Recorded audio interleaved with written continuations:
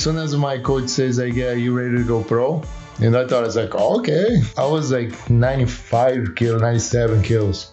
And they put a guy with like 200 kilos. Like, it's a big, like, Samoan guy. It's a huge guy. Back then, I was a middleweight. Yes. And then it don't have like in between. It was middleweight and heavyweight. Yeah. So and then I was right in the middle. And then my coach is like, do you either go down or go up? And you chose to go up? He chose.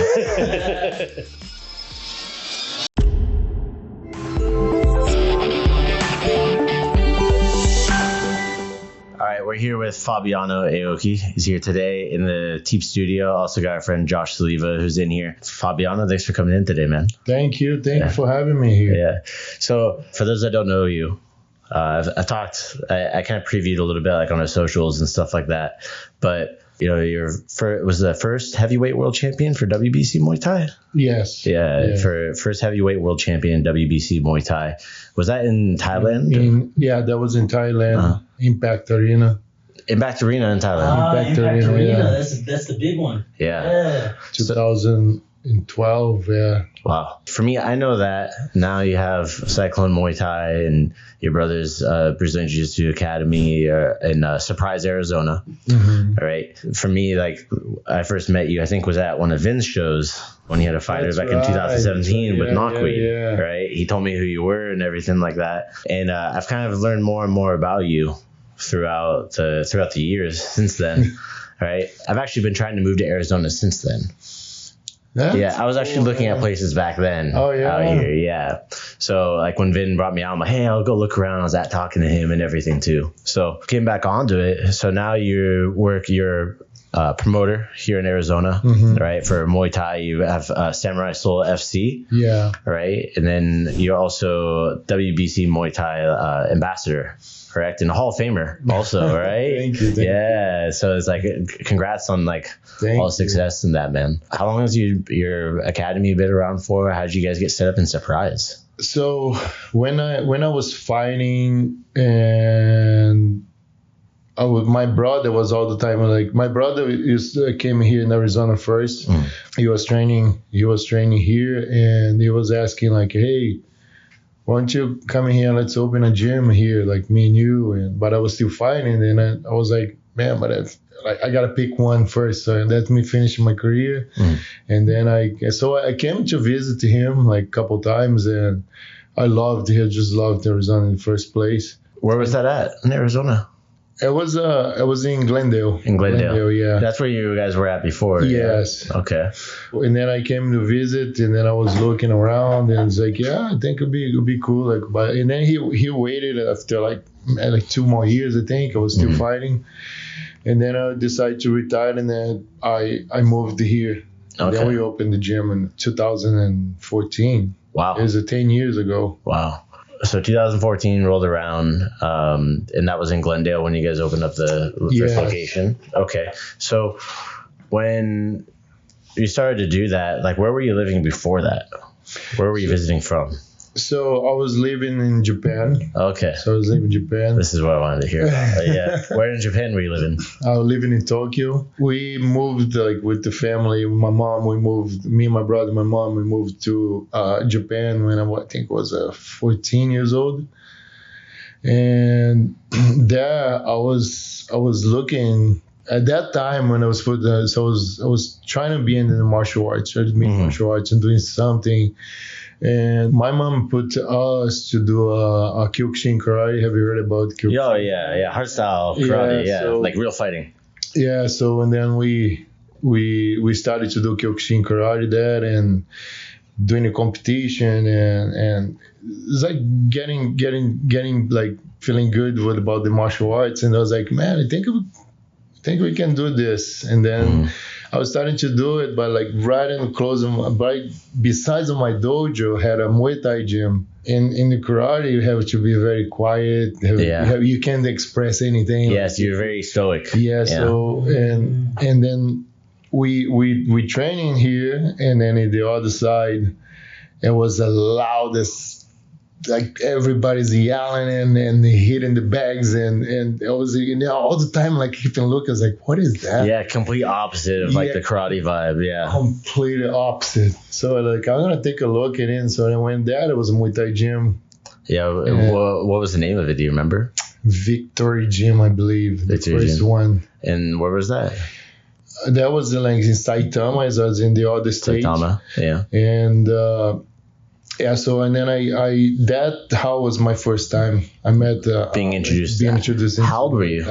I think I was already like 18, 19. 18, 19. Okay. Yeah, I started old. I started Muay Thai old. I started Muay Thai when I was 18 too, but my parents wouldn't put me into martial arts. You know this now here in the USA, you have to be able to have the parents sign the waiver and stuff like that. Yeah. The parents wouldn't sign the waiver, man. Oh, So yeah. I turned 18. I was like, I'm in. Yeah. So I'm always like, it's always good to hear that. But it's also like a little, because you grew up in Brazil, right? Yeah. So you're from Brazil. What part of Brazil are you from?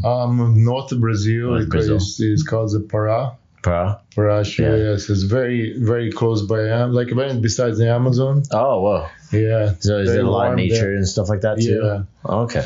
So you started training when you were back in Pará? So I would say no, because we're just more like playing. Like our parents just put us to do something, so we're not there. Yeah, you were in there, but you weren't training. Yeah. Yes. Yeah. So that's why like I don't count as I was training. And but when I moved in Japan, then I was starting to like actually like I think I can do more of this. Yeah. It's like, and then in karate, you have to pay to compete. Yes. Right? Yeah. You have to pay to compete. For all the competitions.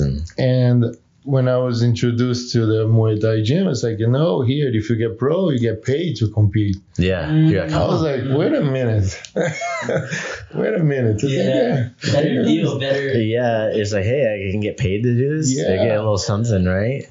So when you were in Japan, 18, 19, getting introduced into Muay Thai, and you're doing Kyokushin, so how long did you do both side by side, or did you like stop? No. So as soon as I went there, and then I felt like, I can't get paid to. So and then I went back to my sensei, and then I explained it to him, and he was a cool. He understood, huh? He understood, and he even says like, if you need like to come in here and do something, like condition, because that part is more conditioning. Yes. But it's like, if you want to come back here and do conditioning, we'll happy to help you. That's nice. But it's like, and then we just split in there. So I started to do a Muay Thai in that gym. I think I did for only like 6 months in that gym, and I was very competitive, like, because in back then it didn't have that much amateur. No. Like they have right now. No, it was a lot just pro. It's you fight, you want to compete as a pro. Yeah. Right. So then I was kind of like, I don't know if I'm ready yet, so I want to train more, but I want to. And then I was training with all the pros in that gym back then. And the one in Saitama, yes. Yeah, so I was giving like a hard time to them, and then this coach put me to spar with the national champion that they haven't back then. And then I learned that my guard was not good. I broke my nose in the first one. He broke my nose in first sparring. And I went back home, and then I'm pretty sure the coach was like, "Oh, he's not gonna come back." Yeah, he's and done. Then I came back next day with my nose like this. I was like, "No, I'm gonna learn. I would need to learn more." So yeah, I don't want that to happen again. Yeah. So then stuff happens, and I moved back to Tokyo, and there back then I had a Gold's Gym. The Gold's Gym in Japan, they support a lot of martial arts. Yeah. They have not only weightlifting, but they have the martial arts like session. Train floor. That's cool, man. We need that here, man. Well, man. It's true. Yeah. We were talking with Bob. Is like the gym they had in Philly was like that. It was like fitness center, and then it had like some classes, like regular classes, and then it had like the martial arts. A few different floors. Yeah, and I think in the Netherlands. So he was over in the Netherlands hands for a bit. They have a lot. No. Yeah, the kickboxing is big over there. Yeah, so it kind of is different that way, right? Yeah, But- they have a lot of like, so they're big on kickboxing, so they're very open to it. That's the good thing, you know. I mean, they're open to the fight. The market understands it, and it's kind of the same like you were saying here, where the like Gold's Gym in Japan has martial arts because it's like Bushido, you know, that's like part of Japanese culture, I think. Yeah, that was pretty cool. And then when we moved there, we were looking around, and then we saw Jiu-Jitsu and saw karate, saw a bunch of stuff in there in the Muay Thai gym. And then we went to try. Me and my brother went to try it out, and then my brother picked to try Jiu-Jitsu, and then I picked to try Muay Thai. That's how we met our coach. And then since then, my brother went to Jiu-Jitsu and I went to Muay Thai. Got it. Until now. One became a grappler and the other one a striker. Yeah. So how long were you training before you had like your first fight in Muay Thai? So my coach put us to. I was like in our team. It was not to fight, but I went in another gym. It was kind of like a smoker. A smoker, but like interclub, yeah. But it was like regular. We just went in another gym and then pick like a heavyweight guy and then put those two to spar each other. Was it like sparring or like you guys fighting? It was more fighting. You're fighting, so yeah. It was like, and then my coach was like, "Hey, you better win because." You from our gym. Yeah. It's first time here, man. First time here. And then we went. So I like we did 3 times during like that year, like 3 times. And then I won all 3. And then my coach says like, you go pro with 3 amateur fights. I was like, that's the way it was though. Cause that's like for me, I can relate with like MMA. That's how it was here. You do like 3 smokers. And it's like, hey, if you're doing good, like, man, hey, you can go get a pro contract and go fight on a couple of these shows, get paid $500, $1,200. Yeah. So, when you first went pro, like, I'm sure you remember that experience. Very well. Very, very well. Oh man. As soon as my coach says like, yeah, you ready to go pro? And I thought it's like, oh, okay, gotta make money. Like if you say I'm ready and I get paid, yeah. Sure. So I went there and the event matched me up with a guy. I was like 95 kilos, 97 kilos, and they put a guy with like 200 kilos. Like it's a big like Samoan guy. Yeah, It's a huge guy. And then I was like, because back then I was a middleweight. Yes. And then it don't have like in between. It was middleweight and heavyweight. Yeah. So and then I was right in the middle. And then my coach is like, do you either go down or go up? And you chose to go up? He chose. This is I'm telling you that these days is very different. Oh, 100%. Very, very different. Yeah. These days, the fighter says no, and the coach. The fighter is picky. But back then, you just say yes and yes. That's kind of like say no, you know. No, it's like same thing with you, like with your Thai instructors. Like if they say you're gonna fight, you go okay. Like you don't ask, it's probably better to not ask questions. There's no question. Yeah, sure, we'll go. So if you want to fight, you're gonna fight. Yeah. But this also is different now too, because in some places they'll take people's money, right? I think it's better they build the character, he has the story to tell now, like the story, the character, but now everybody's like they too much in the comfort, they want to be comfortable, you know what I mean? Yeah. Comfortable. So you say yes to this, you're like, okay, like I'm gonna do this fight. So I was like, I'm gonna do the fight when I came. I was like, we can't even ask her like who it is. Yeah, just like, okay, just tell me when. Where do I need to be? Go over there and get ready. So I saw the other guy like warming up. Yeah. And I was like, damn, that guy is big. I was like, and then my coach says like, yeah, man. It's like now just gotta go. Go hard as you can. Yeah. Go hard as you can. So I went there, and then I was like just using. I was like barely come back from the karate. So I was more. I used more like punch it, more kick. Yeah. And I was kicking, the guy was just following me, and then he rocked me with the hook. I was out. Yeah. My coach thought that was done because I was snoring. Oh, you like went out? I got knocked out. I woke up in the back room. Oh, fuck. And like I had nothing, and my coach is like, oh, you came back. Oh, he came back. I was snoring, man. So that was my pro debut. He's probably sitting there where like, you still got the good, you know. You remember, you still. Yeah, you remember. No problem. It's probably better if it was one and done than like multiple. Yes. Yeah. Oh yeah. You know, for sure. It's like the light go out. It's okay. You know, it's just one hit, not multiple. But like leg kicks. You were doing Muay Thai when Japan was very crazy, you know. Like Japan was doing so many crazy freak show fights, you know. Yeah. Yeah. So after that, I know you got back in the gym as soon as you were able to. Yeah. So after that, I realized that my weight is too light to be a heavyweight, and then I started to lift weight.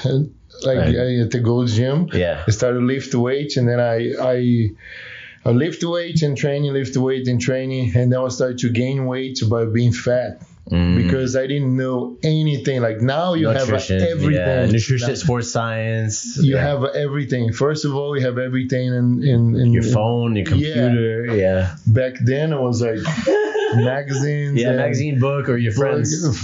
And some of the stuff your friends told you is like, man, are they actually my friends? Yeah. What would you eat? What would you eat like every? So like. I go around in the Gold's Gym and see those big guys like, hey, what do you eat? It's like, yeah, you gotta eat a lot of meat, gotta eat a lot of this, gotta eat a lot of that, and a lot of carbs. So then I gotta follow because he's big, right? Yeah. And then I just eating and lifting weights, and I'm getting fat. So I go back to training. Yeah. I gas out. All the muscle and fat, big fat. I gas out, and Arnold Schwarzenegger. he's not even muscle. It's just big. Getting fat. Do you have any pictures from back then like that?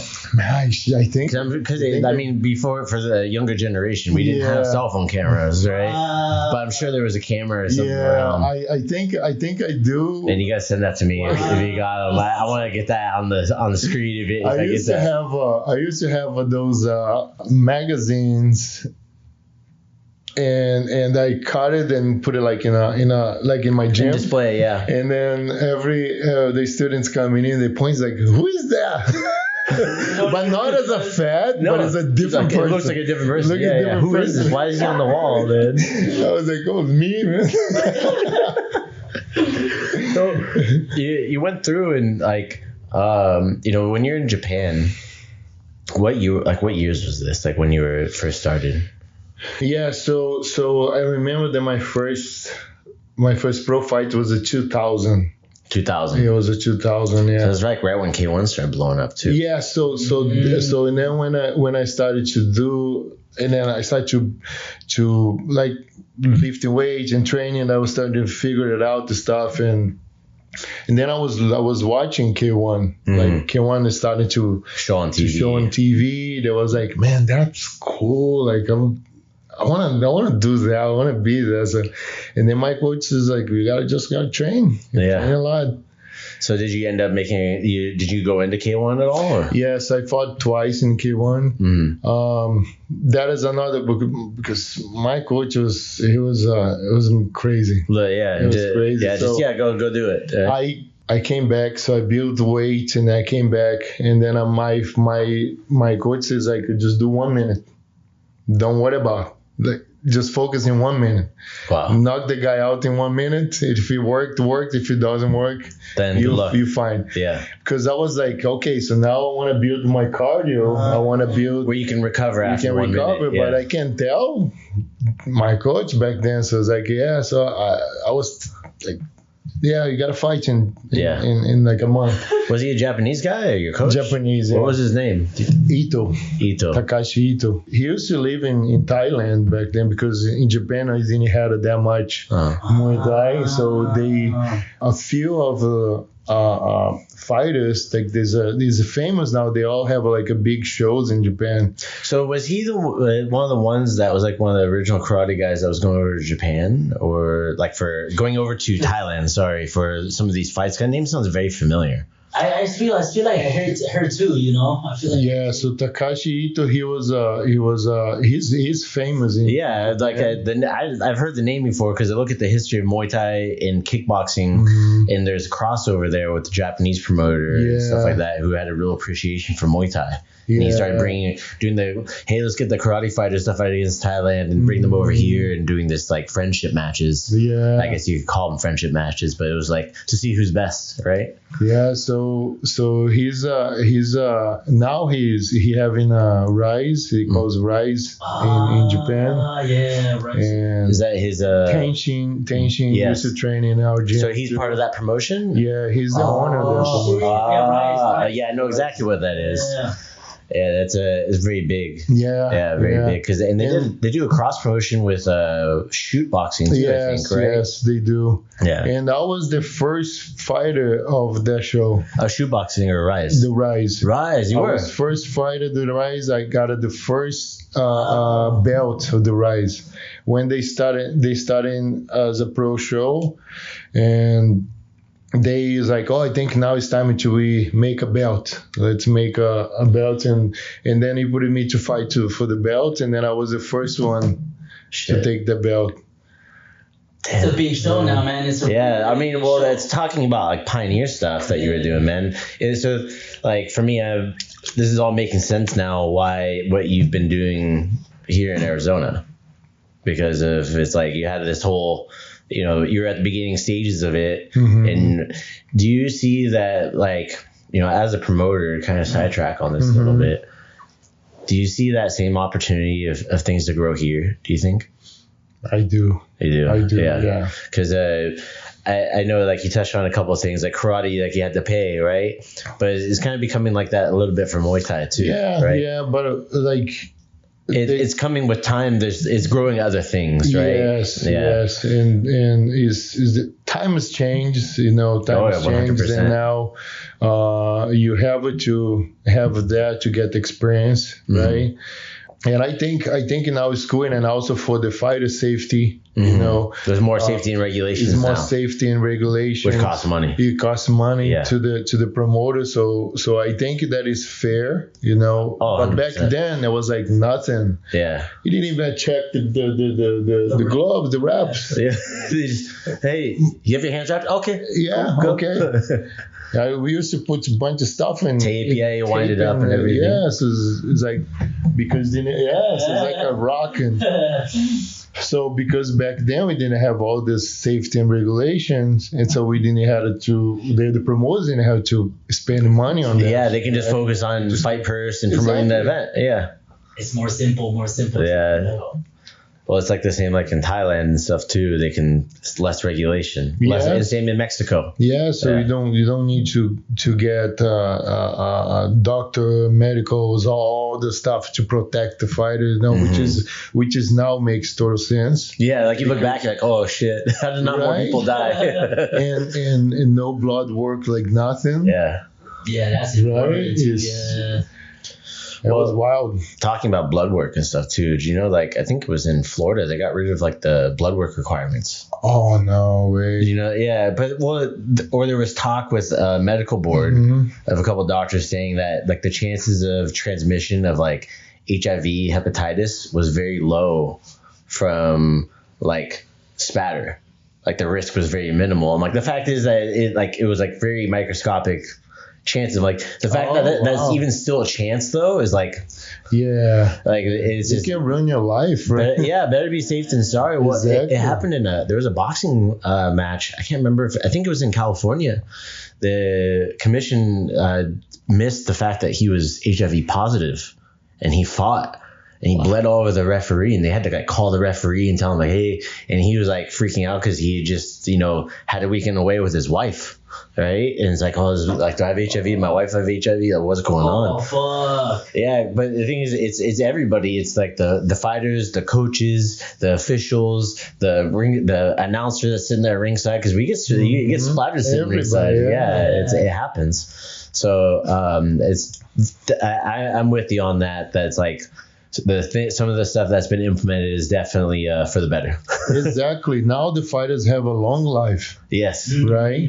Back then, all the fighters get retired like early. Yeah, they'd have their peak for like 2-3 years. Yeah. Yeah, and that was it. Done. Yeah. So now you can fight like, 8, 9, 12 years. Yeah. The science is good now. The science is helping a lot. Mm-hmm. And the nutrition, the physical, recovery. The recovery now is with the technology, it makes everything better. Right? Yeah. So going back on to you're in Japan. Mm-hmm. How did as you continue to train, how many fights did you have before you got this knock on the door for WBC Muay Thai? My coach said that they have to have, like back then I had to have a certain titles so that he can send to submit you as a request, so they can accept or not. Yeah. And I was getting older, I was just fighting, and the back then you don't make any money, so you fight just for pride. You got like $100 maybe. Yeah. You fight just for like the gym, the gym is gonna make the big namer. The names get bigger as you fight for your gym and stuff. And then my coach said that if you get 3 national titles, I can be able to put you to do a world title. So then I was just wrestling and I was fighting like try to fight every month, but as I was doing so much because I didn't have a time. And I got so many injuries too. Oh, I believe it. Yeah, you're a big guy, man. And like that, you get hit hard. Yeah. So in the training, and so I have 5 surgeries in my both knees. I have surgery in my elbow. I broke my face. Like your orbital. Yeah. Orbital. And so I have so many surgeries, and now, like the past year, you saw me in California with the big thing. Yeah, your neck surgery, right? I was fixing my neck because if back then had the technology that we have now, probably wouldn't have happened. Because if you open your knees, you're not surgery. Like the surgery now, you can go back home in the same day. Yeah, or they call it orthoscopic, where they go in, they put the tool inside there. Yeah, so they cut it up and then fix it and then close back down, and then they put the cast in it. And you have the big wound and stuff, right? You stay there for like a month or so, and then take it out, and then you lose all the muscles. So you have to rebuild back the muscle, and then it takes like about a year or 2 years to come back. Yeah. And that's a long time. A very long time. So that was my ups and downs. I wanted to fight way more, but it's like my injury didn't let me. And then I was just getting far away from my dreams. Every time I get those surgeries, I was like, man, I don't think I can do that. And that's how my brothers, it was a big part of my career, because I getting down and my brother come back is like, hey, you can't stop right now. I was like, need to focus. Peaks and valleys in martial arts, it's like, it's interesting you're talking about this. You're just talking about, you're dealing with a back injury last week. Right? Yeah, right. So and you're saying, it's like, man, I feel bad. I'm like sitting there teaching class still, like having to sit down, take breaks. It's like, hey, but you're there. Yeah. Right. Some people, it's like, I'm sure even when you were injured, you were still showing up to the gym, right? And being there and like watching, learning, asking questions, watching fights and stuff, or, talking with your teammates. And that's part of like the learning process too, right? Because that helped develop like your IQ. This is what I'm going to do when I'm healthy and back. Right. So, with those peaks and valleys, man, it makes those peaks that much sweeter, right? Yeah. Like when you get back and look in. I think the mental gets stronger, you know. 100%. Your body's broken, but the mind is strong, you know. Definitely. Well, it's like people in like their mid-30s, right? Like early mid-30s, like they realize like, oh, damn, I had all the ability, but my mental wasn't there. Yeah. Right. So it's like, I'm sure you see it with your guys that you have in camp and training with you. It's like, hey, you have all the abilities, but just the mind.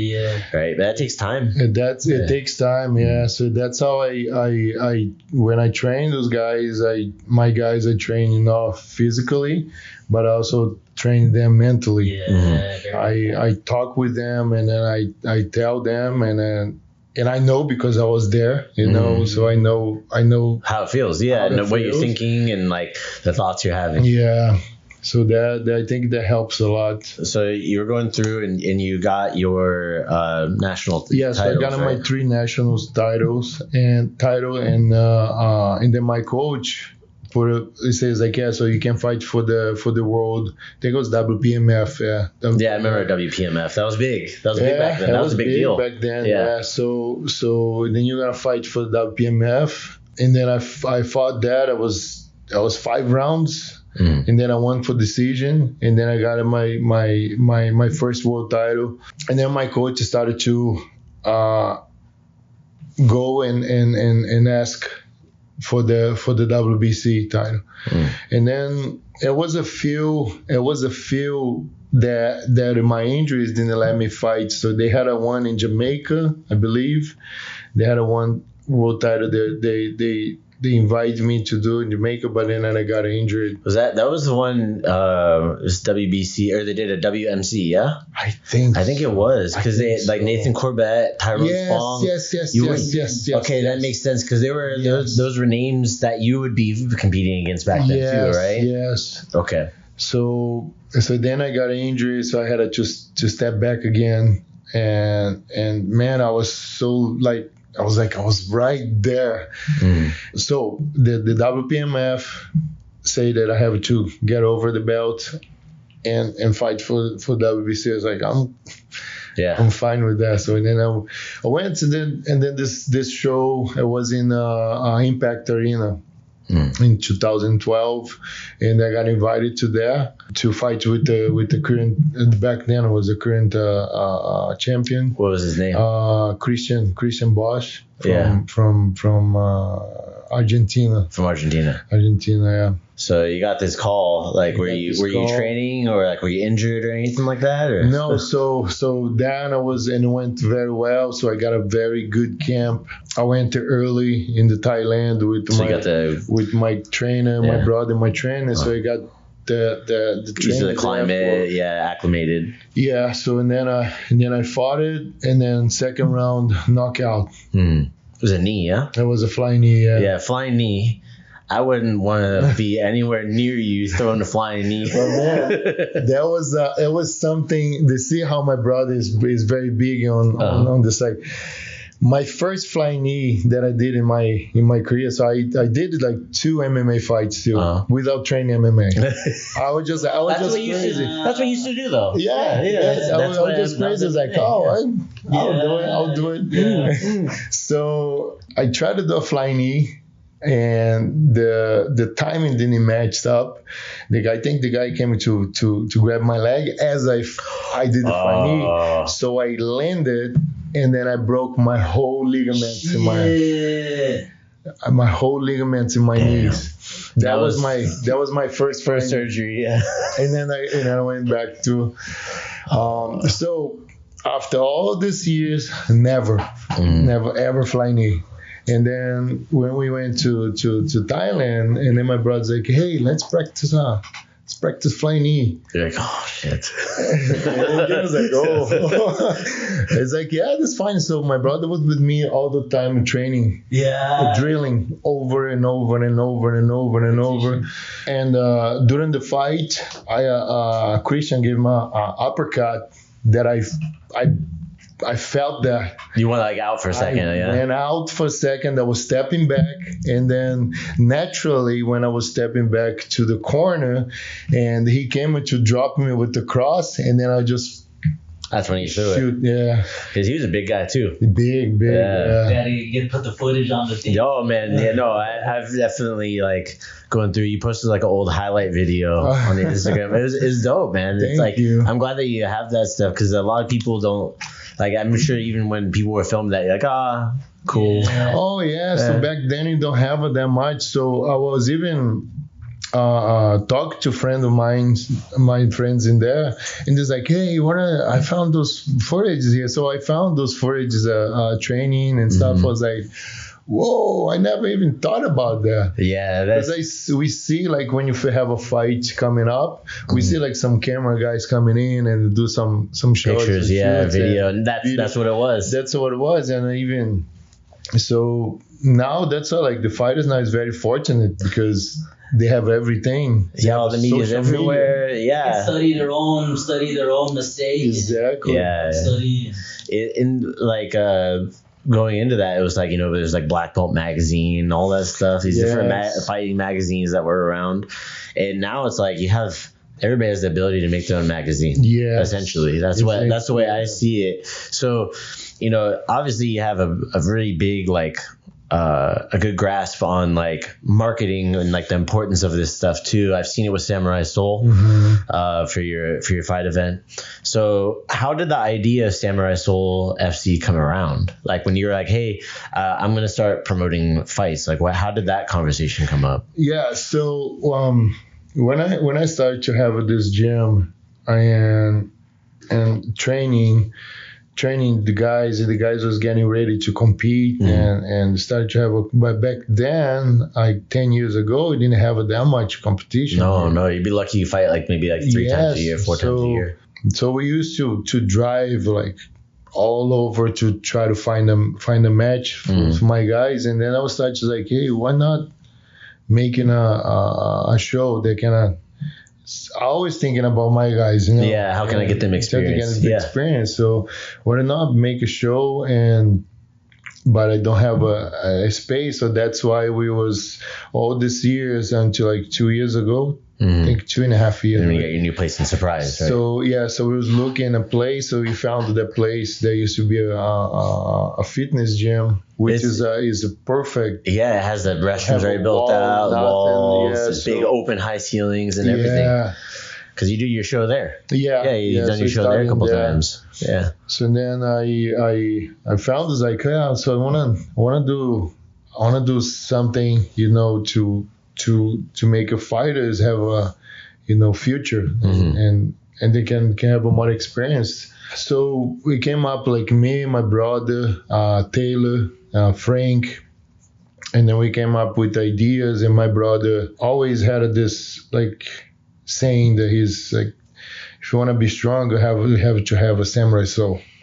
You're gonna fight it through your life. Yeah. So and I was like, oh, Samurai Soul. And then that's how we came up with the name. Was that's like, a cool name. It's a really cool name for promotion. Yeah, the way you do your, like, he does the fight introductory, like, so he has all the fighters come out and he introduces them. They walk into the ring one end, like, they remind me of like stuff you see like on K1. Yeah. Like in the very Japanese style promotion. Yeah. But it's really good because it puts a spotlight on like, hey, these are who these people are. Yeah. So we wanna show who the fighters are. Yeah. Right? We wanna have. And that gives them a chance to build their character. Yes. So how many of these events have you done now? We are going to the 11th. This next one's the 11th. The 11th, yes. And you had one at the Gila River Casino. That one was a really nice venue. Yeah. Where's this next one at? So the next one is going to be in Glendale Civic Center. Oh, that's a big yes, big venue. Be nice. Yeah. So when it comes into your media and what you're working on with that, how many people are involved in your promotion from the leadership standpoint? Is you, is Taylor? Is there anybody else?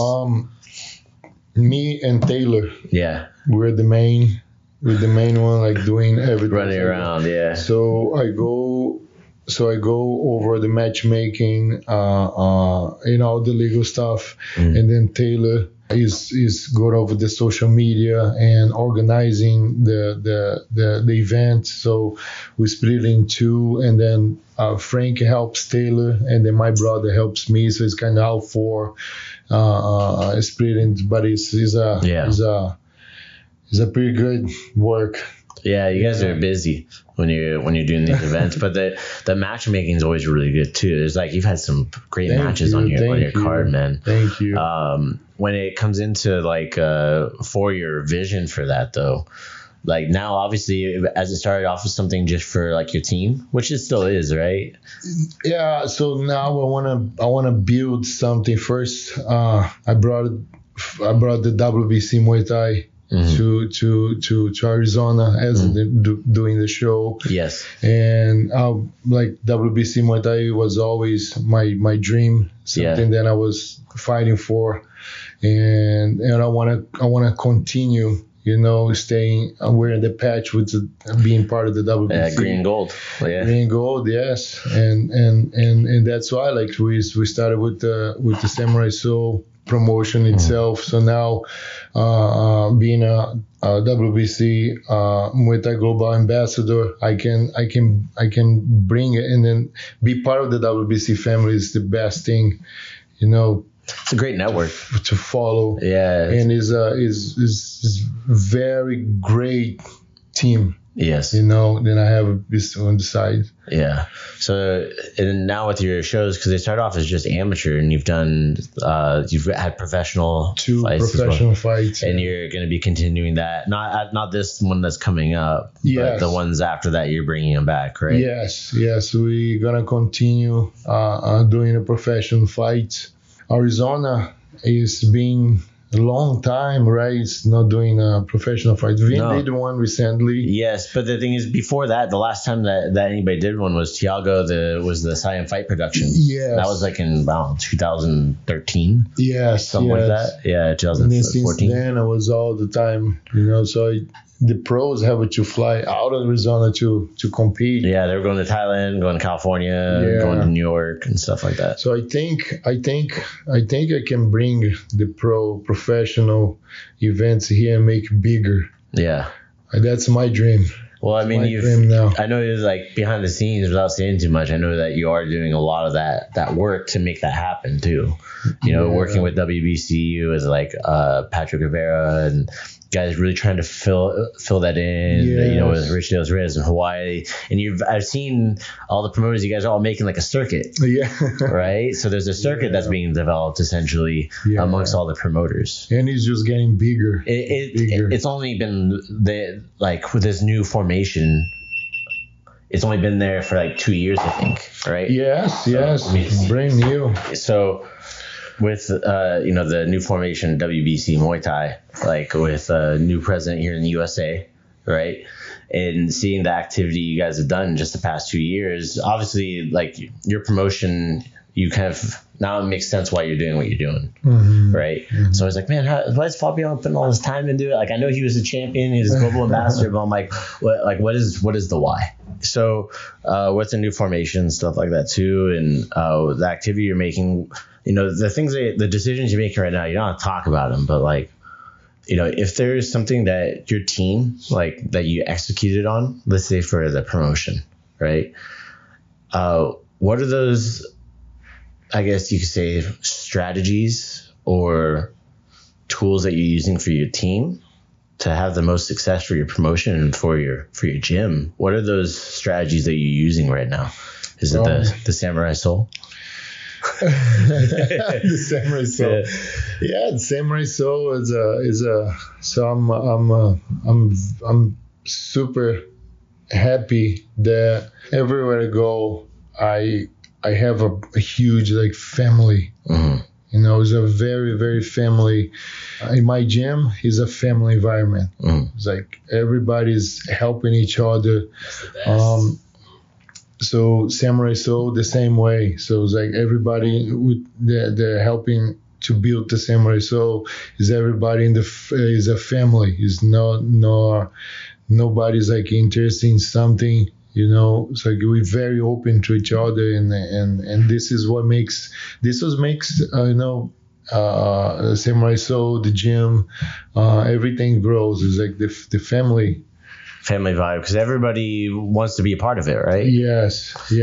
Like with that, has something to do with your upbringing, you think?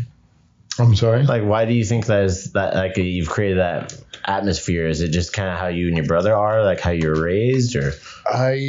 So we raised that way. We, raised to, I don't know how to explain, but I think we're very lucky to everywhere we go, we have the atmosphere like of a, family vibe, family atmosphere. So for your academy, with your brother and stuff, what is your brother's name? Ismael. Yeah. Ismael Aoki. Yeah. So for you guys, for your goals for your academy and stuff, like you're in a big place, right? And have you guys been filling that up over the past 2 years? Is everything going good there, or is it kind of like, is it about where you thought it would be? Obviously, you came out of COVID too, right? It's like that was a big damper. It was a big hit, COVID for everybody. How did you guys get through that? You thought you couldn't make it. I didn't think we're gonna make it either. That almost go out, Well, a lot of gyms and old gyms that have been around a long time they were gone. They were like, Nakwi, the camp he was from, Luke Prabat. Oh wow. They sold the land. They developed it into condos. Really? Yeah, it's gone. Man. It was the longest running Muay Thai camp in Thailand. Wow. Yeah, it's gone. Man, that's crazy. Right. The trainers, of course, went over to different places. They're still around, but the camp, like the grounds, is gone. Yeah, it's crazy. So what did you guys do? Did you have like savings or what? So we had a little bit of savings, and also it's like that, like the family is like, our students wants to train, and then we want to do something. Of course, we couldn't do anything because it was a lockdown. So we went to the park. We train at the park. So we try to make things going, as by taking care of us, of course. Yeah. But so we barely survived. How many years had your academy been in business by that point? We opened in 2014, so 10 years. 10 years. So you had some momentum behind you leading into that. Like a lot of people at that time too. It's just everybody had to get creative. You have kids? I do have kids. How old are they? They're adults now. I have grandkids already. What? You do? Yeah. Oh, are they local? Where do they live? In Japan. They're in Japan. Yeah, man. With my best marriage. And, and then we split. So now I have a daughter with my wife. Nice. How old's your daughter? She's gonna turn 2. 2? Oh, yeah. You're busy, man. You got the academy. You got Is your daughter come hang out with you guys? Like, does your wife come bring the daughter around? Yeah. They kind of keep it separate. Yeah. So it's like our work schedule is very. What does your wife do? She's a nurse. Nurse. Okay. Oh, you're very busy too. Yeah. So we want to figure it out somehow, like to bring her and then getting. Be around the gym and it's a good environment to be in. Yes, because my nephews they did the same thing. They started coming to the gym when they were like 5 years old, 5, 6 years old. Just grew up there and grew up in the gym, and then now both is like 2 monsters. Yeah, in jiu-jitsu, they were all the way, like they winning a bunch of medals and man. Yeah. Well, my soul. Yeah, Samurai Soul, baby. It's really cool to see, and I truly believe that like if there's an environment to raise a kid in, like a martial arts academy like yours would be a good one for it, because it's like the quality, and it takes a village, right? Oh yeah. It takes a village. So kind of going into this and everything too, how can people find your academy? Like somebody's in Arizona and they want to come train with you, how can they find you? They can find in Surprise. I'm located in Surprise area. Very, very simple. Cross Street is at 303 and Greenway. My gym is right there, so I think everybody that passes that cross street is gonna see a big sign. Yeah. Muay Thai and Jiu-Jitsu. So, and you guys have a website too? Yes, it's cyclone-muaythai.com. Cool. I'll make sure to put that down in the show notes and stuff like that too. And they'll put it in the description here on YouTube if you're watching on YouTube. And then how can people, like if somebody wanted to just say hi to you, hey, I saw the show, you're on Instagram as well, right? Yes. Kind of a long name, I think. Yes. Fabiano Cyclone. Yes, Fabiano Cyclone. It's all the underscores, yeah? Yes. And did you have WBC in there too, I think? Yes. Yeah. Fabiano Cyclone Aoki WBC. Yeah, it's a long. But again, I'll put that down in the show notes and stuff like that too for everybody that's listening on there. And man, I appreciate the hell of what you're doing for the sport. There's some people that came on our live here on TikTok. Like, man, I just appreciate, because a lot of people see it and they follow it, right? It's one of the reasons why I'm here. Oh, cool. Yeah, like I told this to Vin, and I see the vision of Arizona. Since then, I see the activity and what's going on with like the commission, with the promoters, with the tournaments. There's a lot of activity here. And it's easy for people to get to. Yes. Probably going to become the Mecca now, Muay Thai in America. Yeah. Probably become the Mecca. Well, I think it's like for...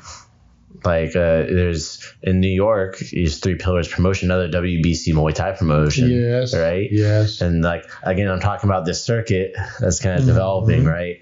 So they're very active, you're active, and, picked his promotion back up again too. And then with the US Muay Thai Open tournaments and stuff, there's a lot of, there's some other promoters that come in the mix too. And it's just more and more activities, good for the fighters. Yes, and exactly. good for the fans, fighters, fans.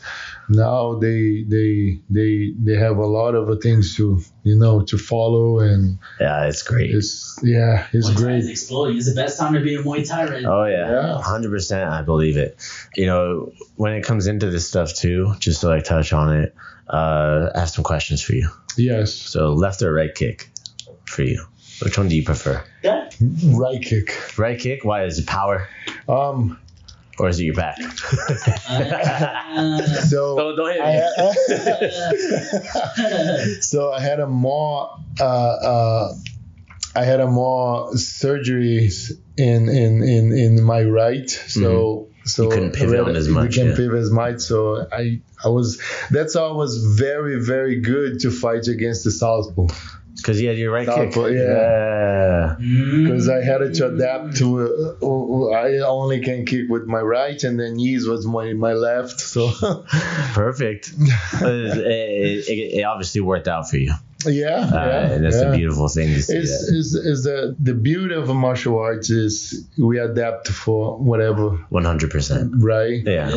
No limits. Yes. Everything's possible. Yeah. And just like you were showing up to teach your classes the other day. Make it happen, right? Gotta make it happen. It's like you have a lot of things to work on. Right? How many times do you get people say, "Hey, it's because I can't train because I hurt my hand." You're like, "Well, you have another hand and you have your 2 legs." Well, you have. This is what's beautiful about what we do. Exactly. You have your whole body, man. Yes. Like, you don't need that. You don't need that. Oh, I'm hurting my both hands. Use the footwork, use the kicks, use the. He met Ralph. We had one of our guys. He had his ACL was bad, and so after his surgery, I sat him up in front of the heavy bag and hold mitts for him. He stayed in the whole time. Yeah, and it's like I believe like striking makes the character building. Every martial art have different character building, but striking you cannot tap, you have to stand. You have to do it. You gotta do it. There's no easy, no shortcut. You have to be like right there, and that's why I like someone's injured. And okay, you can work on this slow, easy. This one. I remember when I was having the surgery, I was getting crazy because it's just staying home. So I have my surgery in my leg. So I go in the gym, I sit down front of the bag, and I'm hitting the bag sitting down. and yelling and doing whatever I can. Right? Gotta stay. And the withdrawals, like the fight withdrawal, even after the fight, you win or lose. But everyone they go here and then they have to do the next thing. You have to have something. You know who Jim Rohn is? Have you heard of Jim Rohn? Motivational speaker. Oh, yes. He had a saying he someone shared with me. He's like, you don't get caught going down one mountain without already climbing the next. Right? You got to always have those goals in mind. Which is true. So, like, for you, like, what do you do for your athletes when you go into that? Because you're talking about mindset. So what do you do to address that for your athletes in your program?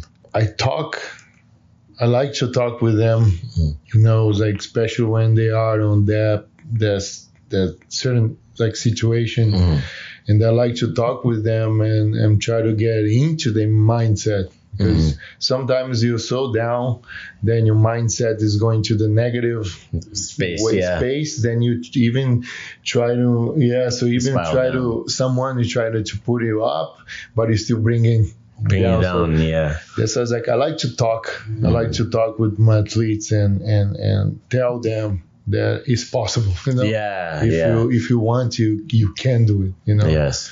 So when it comes into, because you have a couple pro fighters at your. I have one pro, Tyler. Yeah. So with your fighters and stuff like that, when it comes in for like pro, how did that come up? Like where you're like, hey, it's time. Yeah, so I give a big challenge to my fighters, like especially Tyler before I thought like, oh, now it's time to go pro. So I gave him like a huge like challenges, and then he just going through. Tyler is very mental strong, very strong kid, and I tell stuff, and then I like it because he's very like me when I was like, he don't say he's no, why, who, he's just, okay, coach, done. So I put him in certain weight that is very, very hard to get there, like 140, and he don't say anything. He's like, yes. Turned into a twig and he did it. So but that's what fight's supposed to be. Yeah. Mindset strong. And I have to say, okay, I'm gonna fight. I'm here for one thing, to fight. Yeah. No problem. And he's improving very, very well. Like each fight he's doing very, very awesome. Is he gonna be on the next Samurai Soul? Not this one, but he's fighting. Yeah, so he's fighting the major league in July. Major league for the circuit you guys are doing. Yes. So WBC Muay Thai for pro. Yes. Yeah, Major League Muay Thai is what you guys are calling it, right? Yes. Awesome. So. He'll be that one in July. How can people find Samurai Soul?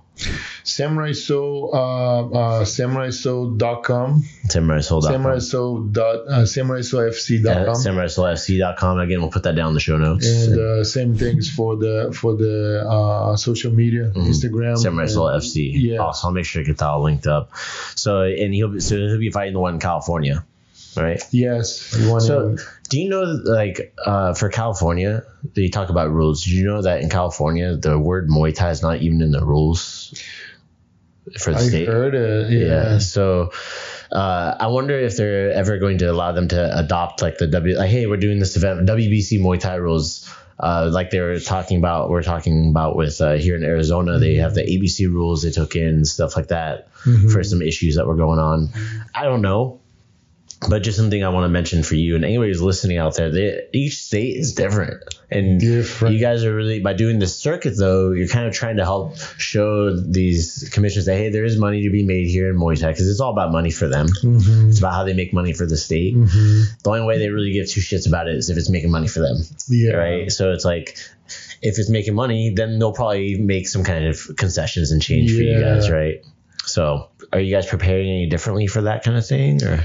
Yes, we trying to adapt and make everything like running in only one direction.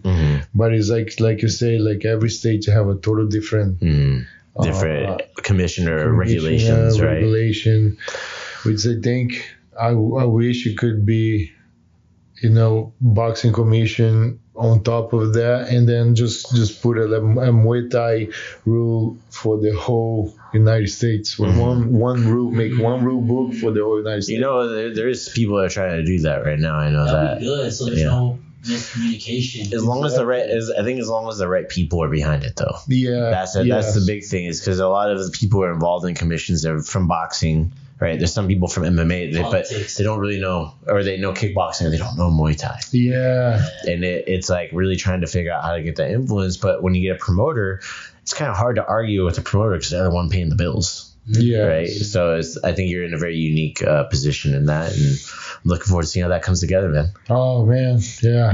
Looking forward to Pajada style, right? All the time, baby. Hey, Fabiano, thank you for coming on today. Thank you for having me. Of course, and then you have a good rest of your day, man. Thank you.